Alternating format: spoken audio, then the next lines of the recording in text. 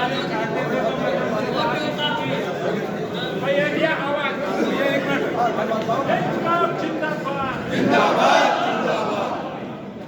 2 minute की आपसे निवेदन है कि 2 मिनट आप हमारी बात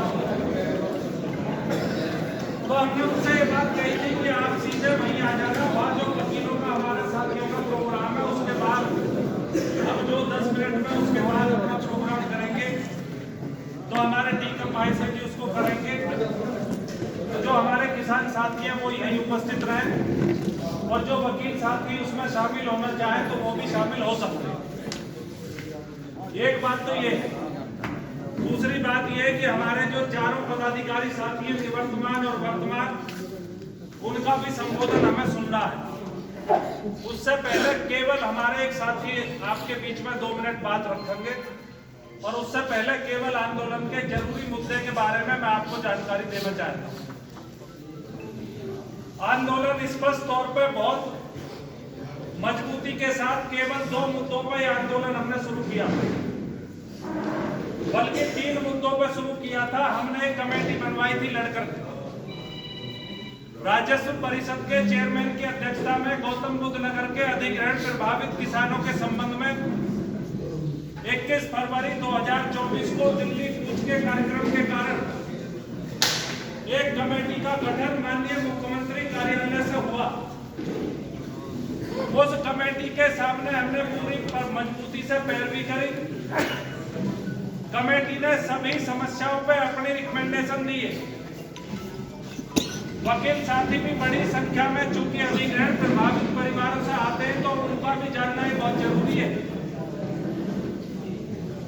आबादी के संबंध में कमेटी ने यह बात कही है कि तीनों प्राधिकरण में आबादी के जितने भी प्रकरण हैं, जैसे है जहां के आधार पर आबादी नियमावली के दृष्टिगत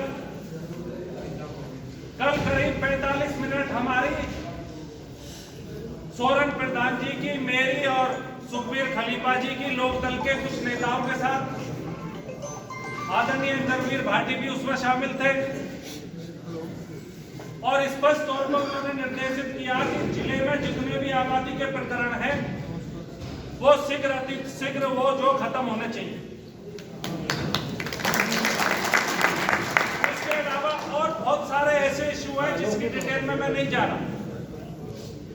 मसलन है हमारे प्लाटों पे हाइट बढ़ाने का इशू है। नोएडा में अतिक्रमण के कारण जिनके प्लॉट नियोजित नहीं हुए उसका एक इशू है। नोएडा में जो प्लाटों की सीमा है नियोजित करने की 450 मीटर आबादी की, नियमितीकरण की सीमा वो 1000 मीटर कराई गई है।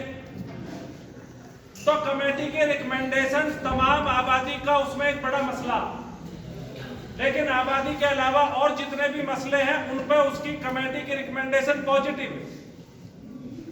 और जब अभी जो आंदोलन हमने अभी किया उस आंदोलन के परिणाम में मुख्य सचिव ने आकर के यहाँ एक समीक्षा की है और 2 दिन समीक्षा माननीय मुख्यमंत्री ने की है और स्पष्ट रूप से तीनों प्राधिकरण के अधिकारियों को सख्त हिदायत के साथ ये निर्देशित किया है कि दुबे कमेटी की सिफारिशों को अक्षरतः 1 महीने में लागू करो। उसका एक्शन प्लान भी बन गया।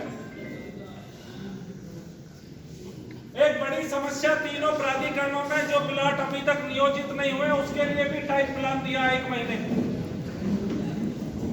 शिफ्टिंग के संबंध में जो शिफ्टिंग के केस थे वो पिछले 5 साल से अटके हुए थे, उसका भी एक लेटर आ गया। कल ये बात भी स्पष्ट रूप से माननीय मुख्यमंत्री जी के साथ तय हो गई है। भाई 1 मिनट जरा कुर्सी मत सरकाओ, बहुत इंपॉर्टेंट है। माननीय मुख्यमंत्री जी के साथ ये बात भी स्पष्ट हो गई है। हमने कहा साहब आपको किसानों के बारे में इंफॉर्मेशन ही नहीं रहती। जो भी इंफॉर्मेशन आप हमारे साथ शेयर कर रहे हो वो तो एक तरफा इंफॉर्मेशन। टोटल नेगेटिविटी भरने का काम यहाँ के अधिकारी आपके दिमाग में करते हैं। जनप्रतिनिधि इतनी तरह फेल है कि वो हमारी कोई बात उन्होंने कही नहीं आज तक।